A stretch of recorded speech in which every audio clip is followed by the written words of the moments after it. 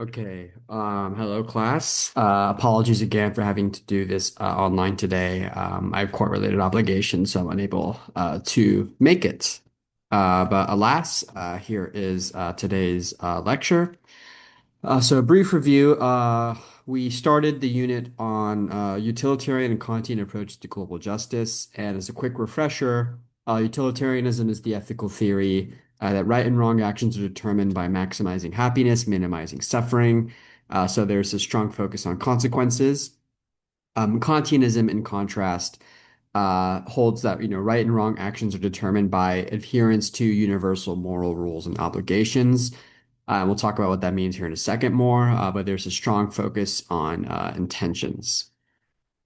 We also talked about Peter Sinker, who offered a utilitarian perspective on how we in richer nations should give to those in poorer nations, especially when they're undergoing emergencies. And the main structure of the argument is as follows. I'm not going to read it out loud, but if you want to pause and read it to refresh your memory, please do so. So today we're going to talk about a reading that approaches similar questions from a Kantian perspective. The person who authored Kantianism first was Immanuel Kant, as the namesake suggests. And among the more famous works of moral theory that Kant wrote is titled Groundwork for the Metaphysics of Morals. And in that text, he argues that the basis of morality is fundamentally deontological, which means that morality is related to duty or to obligation. And in at least the first part of the groundwork, he offers three propositions regarding morality or moral duty, more specifically. The first proposition is that moral actions are worthy if and only if they're motivated by duty. So on Monday, we talked about the shopkeeper example. So if a customer were to walk in, if I'm a shopkeeper and a customer were to walk in and give me $20 for something that was only supposed to be $15 and the customer walks away, if I decide to honor my obligations and to give the $5 to the customer, meaning that I was motivated by duty, then for Kant, that would be a moral action. But if I only give back the $5 because I was afraid of, punishment, or if I was afraid of, social perception or something like some other extrinsic or exogenous consideration, then for Kant, he said that wouldn't have been a moral duty. Or a moral action, excuse me. So for an action to be moral, it has to be motivated by duty for Kant, which makes him different from utilitarians who don't really care about motives as much. The second proposition is that moral actions are worthy because of the principle it acted on, regardless of the consequences. So for Kantians are big on moral principles, especially what are called categorical imperatives, which we'll talk about in the next slide here. But to give you another example, right, if I were to, let's say, rescue somebody from, impeding death, that was a moral action because because the principle I was acting on was the principle that, people should not be killed, and that if we can intervene, that we should, right? But if I were to rescue this person simply because, I just wanted to, I don't know, mug them, afterward or something like that, then it wouldn't have been moral because the principle that I acted on was not a moral principle, right? It was something else. The third proposition is that duty is the necessity of an action out of respect for the universal moral law. So the second principle talked about the second proposition talked about that moral actions are worthy because of the principle acted upon. Well, this proposition, the third proposition, is saying what is a duty? And Kant understands duty to mean it's an action that's necessary based on what the moral universe or universal moral law requires you to do, right? Again, in the last example, if I see somebody who is in danger and I have, the availability to rescue them, then I have a duty to rescue them. In the second section of groundwork, Kant offers two different kinds of principles, if you will. The first one is the categorical imperative, which is what he's is well known for. And categorical imperatives are moral commands or moral principles that are based on universal and necessary principles that are true in every conceivable case. So what does that mean? So, take the principle that Onora O'Neill uses, you shall not kill unjustifiably. For Kant, he said that's going to be true in every possible case that you can think of. There is no case where killing somebody unjustifiably is going to be okay. Therefore, it's a universal principle. Therefore, it's part of the categorical imperative. Oops, it exited out. Okay. Um, Hypothetical imperatives, in contrast, are moral commands or principles that are just based on some other contingent desire or situation. They don't necessarily even have to always be moral principles. So, for example, the example that I put here is, if I want to get healthy, then I should eat more vegetables. There are many different ways to get healthy. If I want to get healthy, I could exercise every day. If I want to get healthy, I can stop scrolling through TikTok. I can do all sorts of things, right? And also, there's nothing about the universal moral law that commands me in every conceivable case to eat vegetables, right? Me choosing to eat vegetables is contingent on my desire to get healthy. So hypothetical imperatives are supposed to be more grounded and more instrumental. And Kant goes into a little bit more depth about the different kinds of hypothetical imperatives, but we don't have to concern ourselves with that for this class.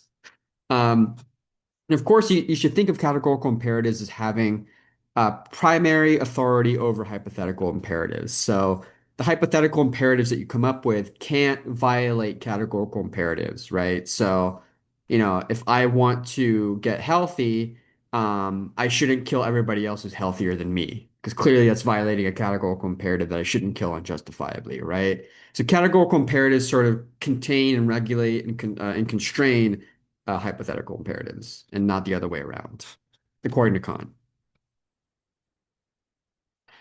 Okay, so the author that we read for today, Onora O'Neill, is a Kantian philosopher herself. She is a British philosopher and currently a member of the UK's House of Lords, which is sort of the UK's equivalent of the Senate. It's the upper house of the bicameral legislative system that they have. So she's a politician currently. And in her philosophical work, she's primarily known for her work on political philosophy and ethics, and she's primarily influenced by Kant and John Rawls. We will be reading Rawls next week, so keep a tab on that. And the essay that we read today is a 1975 article titled Lifeboat Earth. And in Lifeboat Earth, the main thrust of O'Neill's argument is that, we have this obligation to change distributive structures and practices in order to prevent the unjustified killings of others. Um, and the title of this essay, as you might have gathered from reading it, is called Lifeboat Earth because she wants to consider various principles and justifications for resource distribution through the lifeboat analogy, right? So let's say you're in the middle of an ocean on a cruise and somehow the ship sinks and you go to a lifeboat to escape and then you're now in a lifeboat in the middle of the ocean with six other people with no way to communicate with the outside world, right? So how do you survive? What are the means by which you decide to distribute resources amongst the few people that are on the lifeboat? And O'Neill opens up with two main situations. So the first situation is the well-equipped lifeboat situation, which simply is a situation where there is enough provisions for everyone on the lifeboat until rescue, right? So don't think too deeply about it, but that's the situation. The second situation, in contrast, is the ill-equipped lifeboat situation, in which there are not enough provisions for everyone. There's only enough provisions for some people until rescue. So what that means that, not everyone is going to be saved. A few of the people in the lifeboat will have to be sacrificed. So O'Neill's interested in, what are the kinds of, principles that can be morally justified in such a situation. And she uses these analogies in order to apply these general arguments at the planetary level, which is why she calls it Lifeboat Earth. And particularly, she's writing out of concern for the sort of possibility that there could be catastrophic events in the future, like a mass famine, in which humanity will not be able to save every single human being. And it's kind of a dark forecast, but O'Neill thinks that as philosophers we should be prepared to answer these questions instead of just deferring them to the next generation. So O'Neill also opens up with two assumptions that she's just kind of putting up front. Singer does something similar in his essay, saying, "Look, I just think that starvation is bad and we should prevent it." That's an assumption that I have. I'm not going to try to defend it in any sort of great detail. O'Neill is going to also offer two assumptions, and she's not necessarily going to defend them beyond just saying, "I believe these, and you should believe these too." However, she does go into a little bit of detail about what these two things entail. So the first assumption is that persons have a right not to be killed, or you can even add have a right not to be killed unjustifiably, right? So if I, as a person, if my if I were to be killed by somebody who shot me, for example, unprovoked, then the perpetrator would have violated my right not to be killed. Um, and by that same token, O'Neill proposes that we have a corollary duty not to kill unjustifiably. So, I can get really angry at somebody and get so mad, and then I pull out my, little gun and then shoot them. Right. According to O'Neill, that clearly would not be that I would not have been meeting my duty not to kill unjustifiably. And so O'Neill offers a caveat, though. She considers two kind of broad cases in which the right not to kill can be overridden, right? So the first case is what she calls unavoidable killings. So these are situations in where, your actions cause a death, but it could be reasonably argued that you could not have avoided it, right? So one of the examples that she uses is if you're like a train driver driving this train and then you notice somebody tied to the train tracks, or sorry, if you see somebody standing on the train tracks, that'd be a better example. And you don't notice it enough in time, and you try to stop the train, but you don't have enough time, and you accidentally run over this person. You could argue that you somewhat caused the death, right? But any reasonable person would say that it was an unavoidable killing. The second broad case is self-defense. So these are situations where one's actions cause harm against another person, including death, but in order to neutralize some life-endangering threats, right? So going back to the gruesome example of guns, which guns are not good, but if somebody were to point a weapon at me, right, and I were to kill them in response, then most people would accept that that's probably a form of self-defense. That being said, O'Neill does say that self-defense is only justifiable if it can be reasonably argued that it was the most minimal damage that you could have done, right? So, if somebody, 50 feet away, if I see somebody 50 feet away from me charging at me with a knife, I probably don't have the right to, pull out a machine gun and mow them down, right? I probably um, can just shoot them in the leg, or I can, shoot them in the hand, or something else that won't kill them, but will at least neutralize the threat, right? The self-defense is only justified insofar as whatever harm that we cause was the minimal as possible. Of course, that can be hard to assess in the situation, as O'Neill is quick to clarify. But nonetheless, from a sort of moral point of view, that's the sort of principle she thinks that we should be acting on when we're encountering self-defense situations. Okay, so with those assumptions in mind, she considers two scenarios that we talked about in the previous slide, in the slide before the last, which is a well-equipped lifeboat. Where if you're on a well-equipped lifeboat, so that's a lifeboat where there's enough provisions for everybody, and if you were to withhold resources from somebody else, then clearly any kind of death that would result is unjustifiable, right? So let's say that you're just some greedy person who wants to eat all the food and drink all the water, even though there's enough for everybody to go around, and then it causes some other people to die. Even though you're in an emergency situation, the deaths that resulted with you hoarding these resources are not justified. Therefore, you violated these other people's rights not to be killed. Therefore, you did not live up to your duty not to kill. Um, on an ill-equipped lifeboat, in contrast, withholding provisions from other people may be justifiable if the death that was resulted in so doing was unavoidable, right? So let's say we're on a lifeboat. There's five of us. There's only enough for four of us to go around. One person has to die. right?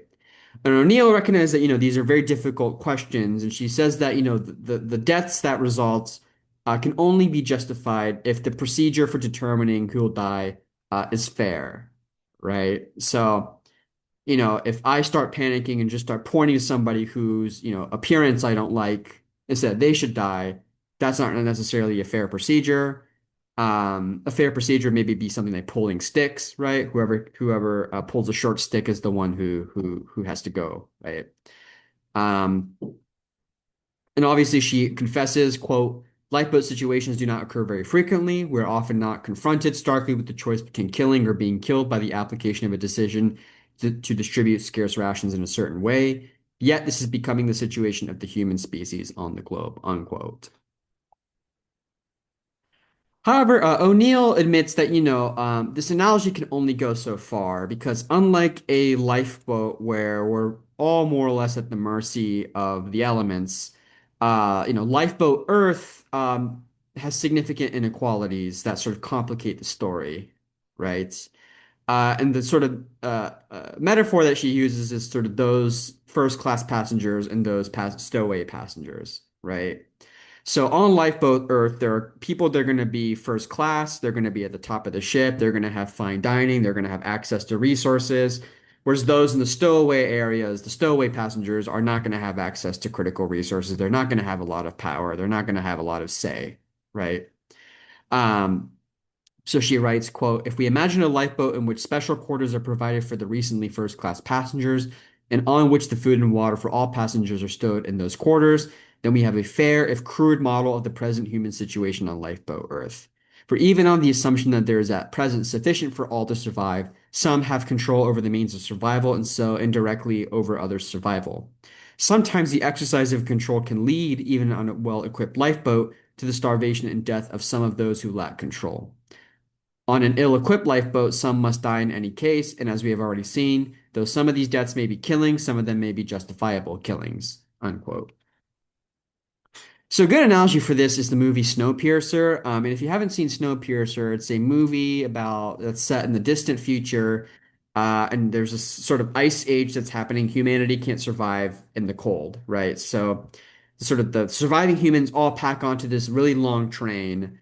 But the caveat is that the train is split up into basically sort of classes, right? So those in the very back in the caboose of the train are the sort of the poor, the wretched. I think they don't even eat regular food. They eat these sort of like gelatin matter that's just, just base nutrition that doesn't even taste particularly good.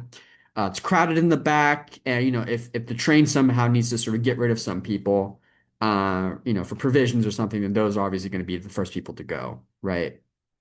And the more that you proceed in each compartment towards the front, the better the life chances get, right? Until you get to the very front, where the conductor, lives a lavish life, eats a several course meal, drinks the best wine, enjoys the best amenities, right? The movie is about the people in the back of the train basically revolting and trying to make their way up to the front. So in any case, this movie is sort of an illustration of what O'Neill thinks Lifeboat Earth is more like, right? Is that in this survival vessel, it's not the case that everybody's equal. Clearly, we already have entrenched inequalities and hierarchies within society that are relevant for the way in which we distribute resources amongst us. And so towards in the latter half of the paper, then O'Neill considers two kinds of situations on Lifeboat Earth, which are roughly correspond to the well-equipped lifeboat and the ill-equipped lifeboat situations. So the first are sufficiency situations. And sufficiency situations are those where there are enough resources to adequately meet everyone's basic needs, right?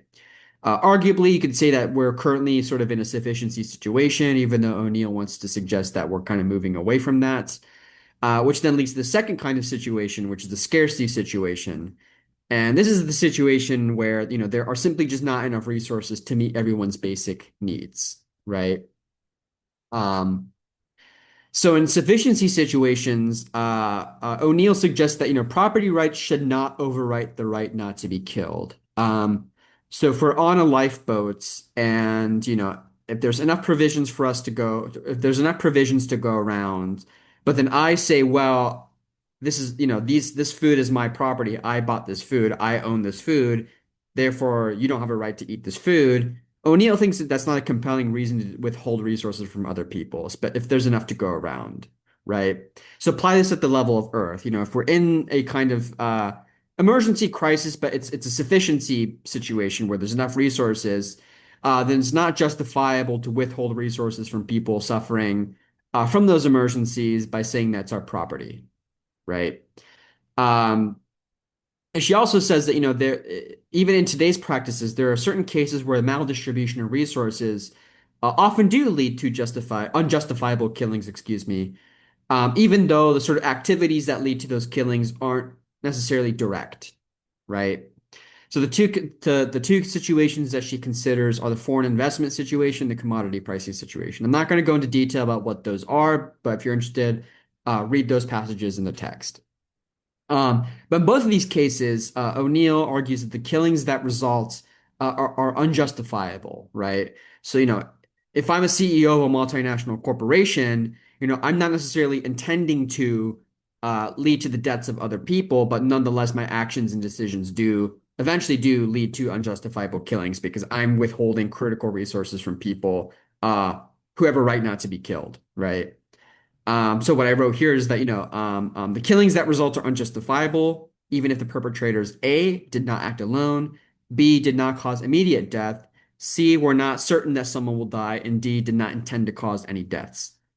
Um, so the maldistribution of resources can violate someone's right not to be killed, even if A through D is met, right? Even if I was a CEO, if I didn't act alone, even if I didn't cause any immediate death, even if I wasn't certain that somebody will die, and more importantly, I didn't intend for anybody to die, those things don't matter if my decisions and actions do reasonably lead to these unjustified killings of people, maybe in less affluent countries.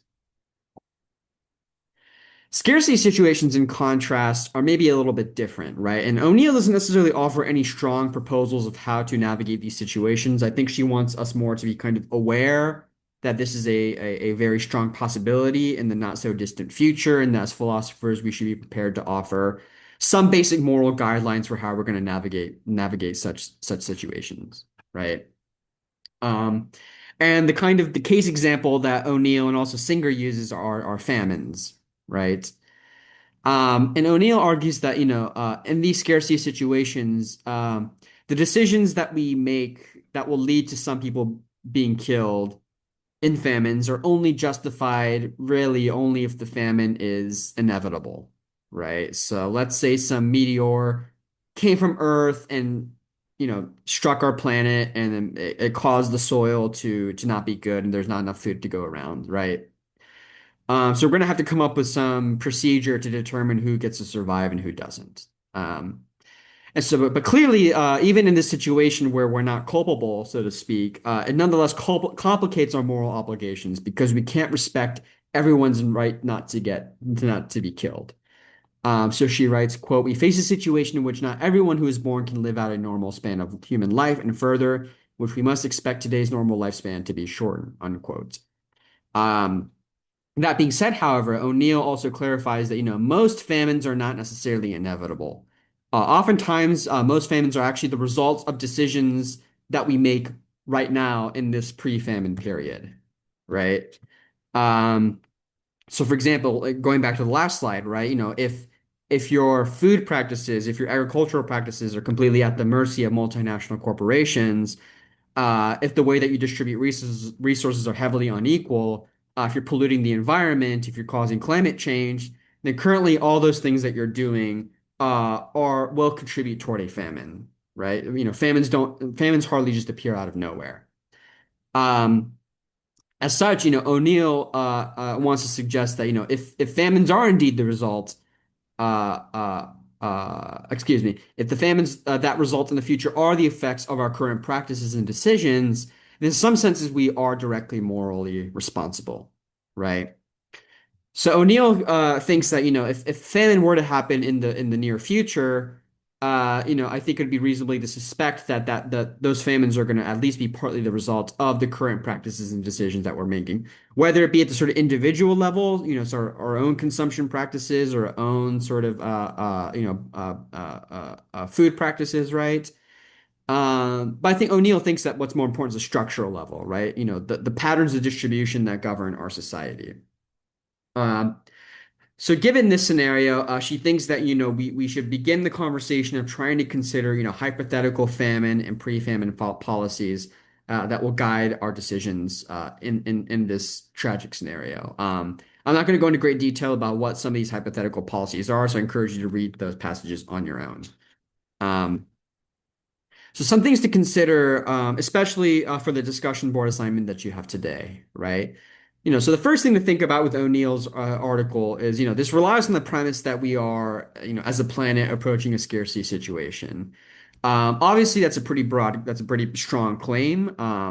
So, A, do you agree that we are approaching a scarcity situation? If so, do you think it's too late to reverse it?